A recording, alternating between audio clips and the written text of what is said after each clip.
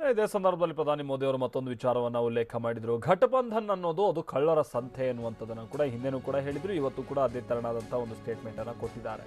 ಪ್ರಧಾನಿ ಮೋದಿ ಅವರು ನಾಲಿಗೆ ಬಿಗಿ ಹಿಡಿದು ಮಾತನಾಡಬೇಕು. ಪ್ರಧಾನಿ ಮೋದಿ ಹೇಳಿಕೆಗೆ ಮಲ್ಲಿಕಾರ್ಜುನ ಖರ್ಗೆ ಕೊಟ್ಟಿರುವಂತಹ ತಿರುಗೇಟು ಇದು. ಅವರ ಸ್ಥಾನಕ್ಕೆ ಘನತೆ ಬರಬೇಕು ಅಂದ್ರೆ ಸರಿಯಾಗಿ ನಡೆದುಕೊಳ್ಳಲಿ. ಎನ್ಡಿಎ ಯಾವುದು? ಅದು ಘಟಬಂಧನ್ ಅಲ್ವೇ? ಖರ್ಗೆ ಕೊಟ್ಟಿರುವಂತಹ ಸ್ಟೇಟ್ಮೆಂಟ್ ಇದು. ಮಲ್ಲಿಕಾರ್ಜುನ ಖರ್ಗೆ ರಫೇಲ್ ಹಗರಣದ ವಿಚಾರದಲ್ಲಿ ಯಾಕೆ ಚರ್ಚೆಗೆ ಬರ್ತಾ ಇಲ್ಲ? ಪ್ರಧಾನಿ ಮೋದಿ ಜವಾಬ್ದಾರಿಯುತವಾಗಿ ನಡೆದುಕೊಳ್ಬೇಕು. ಕೈ ಸಂಸದೀಯ ನಾಯಕ ಮಲ್ಲಿಕಾರ್ಜುನ ಖರ್ಗೆ ಕೊಟ್ಟಿರುವಂತಹ ಪ್ರತಿಕ್ರಿಯೆ ಇದು. ಅವರವ್ರ ಇಚ್ಛೆ, ನಾವೇನು ಹೇಳೋಕ್ಕಾಗೋದಿಲ್ಲ. ಯಾಕಂದರೆ ಅವರಿಗೆ ತಮ್ಮ ಸ್ವಂತ ಶಕ್ತಿ ಮೇಲೆ ಗೆದ್ದು ಬರ್ತೇವೆ ಅಂತಕ್ಕಂಥದ್ದು ಅವ್ರಿಗೆ ವಿಶ್ವಾಸ ಇದೆ ಅಂಥೇಳಿ ಅವರು ತಿಳ್ಕೊಂಡು ಅವರವರೇ ಮೈತ್ರಿ ಮಾಡಿಕೊಂಡಿದ್ದಾರೆ. ಆದರೆ ಸೆಕ್ಯುಲರ್ ಪಾರ್ಟಿಗಳು ಒಂದಾಗಿ ಮತ್ತು ಯಾರ ಜಾತ್ಯತೀತ ತತ್ವದ ಮೇಲೆ ಯಾರ ನಂಬಿಕೆ ಇದೆ ಅವರೆಲ್ಲರೂ ಕೂಡ ಒಂದಾದರೆ ಇವತ್ತು RSS ಮತ್ತು BJP ಐಡಿಯಾಲಜಿ ಈ ದೇಶಕ್ಕೆ ಏನು ಭಾಳಷ್ಟು ಅದರಿಂದ ತೊಂದರೆ ಆಗ್ತಾ ಇದೆ ಮತ್ತು ವಿಶೇಷವಾಗಿ ಸಮಾಜದಲ್ಲಿ ಒಂದು ಒಡಕನ್ನು ನಾವು ಕಾಣ್ತಾ ಇದ್ದೇವೆ. ಸಮಾಜನ ಒಡಿಸ್ತಕ್ಕಂಥ ಪ್ರಯತ್ನ ನಡೆದಿದೆ.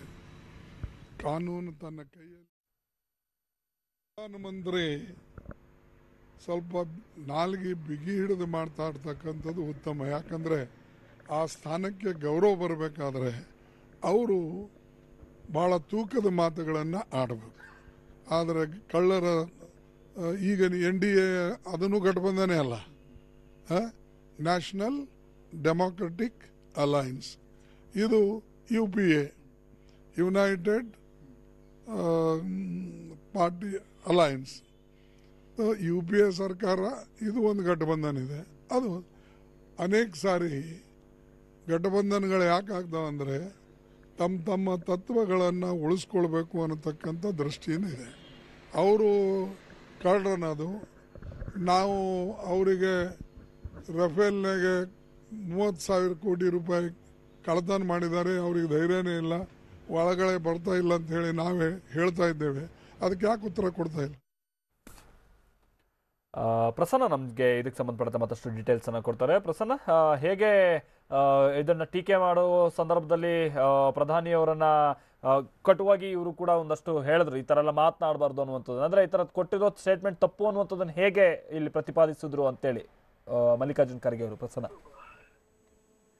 ಮಾಲ್ತೇಶ್, ಪ್ರಧಾನಿ ಮೋದಿ ಅವರು CM HD ಕುಮಾರಸ್ವಾಮಿ ಅವರ ಬಗ್ಗೆ ಹೇಳಿರುವಂತಹ ಕ್ಲರ್ಕ್ ಹೇಳಿಕೆ ಇದೀಗ ಕಾಂಗ್ರೆಸ್ನ ರಾಜ್ಯ ಮತ್ತು ರಾಷ್ಟ್ರೀಯ ನಾಯಕರನ್ನ ಆಕ್ರೋಶಗೊಳ್ಳುವಂತೆ ಮಾಡಿದೆ. ಕಾಂಗ್ರೆಸ್ನ ಸಂಸದೀಯ ನಾಯಕರಾಗಿರುವಂತಹ ಮಲ್ಲಿಕಾರ್ಜುನ್ ಖರ್ಗೆ ಅವರು ಮಾತನಾಡಿ ಪ್ರಧಾನಿ ಮೋದಿ ಅವರು ನಾಲಿಗೆಯನ್ನ ಬಿಗಿ ಹಿಡಿದು ಮಾತನಾಡಬೇಕು ಅನ್ನುವಂತಹ ಕಟುವಾದ ಎಚ್ಚರಿಕೆಯನ್ನ ಕೊಟ್ಟಿದ್ದಾರೆ ಮತ್ತು ಅವರ ಸ್ಥಾನ ಘನತೆ ಬರುವ ರೀತಿಯಲ್ಲಿ ಮಾತನಾಡಬೇಕು ಮತ್ತು ಅವರ ಪ್ರಧಾನಿಯ ಪಟ್ಟದ ತೂಕಕ್ಕೆ ಸರಿಯಾಗಿ ಮಾತನಾಡಬೇಕು ಅನ್ನುವಂತಹ ಮಾತುಗಳನ್ನ ಹೇಳಿದ್ದಾರೆ. ಮಹಾಗಠಬಂಧನ್ ವಿಚಾರವಾಗಿಯೂ ಕೂಡ ಇವತ್ತು ಮೋದಿ ಅವರು ಸಾಕಷ್ಟು ಟೀಕೆಯನ್ನ ಮಾಡಿದ್ರು. ಈ ಮಹಾಗಠಬಂಧನ್ ಅನ್ನುವಂಥದ್ದು ರಾಜ್ಯದಲ್ಲಿ ಅತ್ಯಂತ ಯಶಸ್ವಿಯಾಗಿ ನಡೀತಾ ಇದೆ. ಯಾವುದೇ ರೀತಿಯಲ್ಲೂ ಕೂಡ ತೊಂದರೆಗಳಾಗ್ಲಿ ಸಮಸ್ಯೆಗಳಾಗ್ಲಿ ಮಹಾಗಠಬಂಧನ್ ನಡುವೆ ಇಲ್ಲ.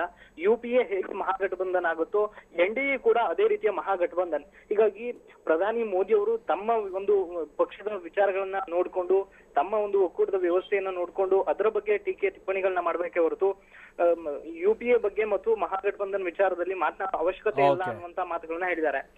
Okay, thank you Prasanna.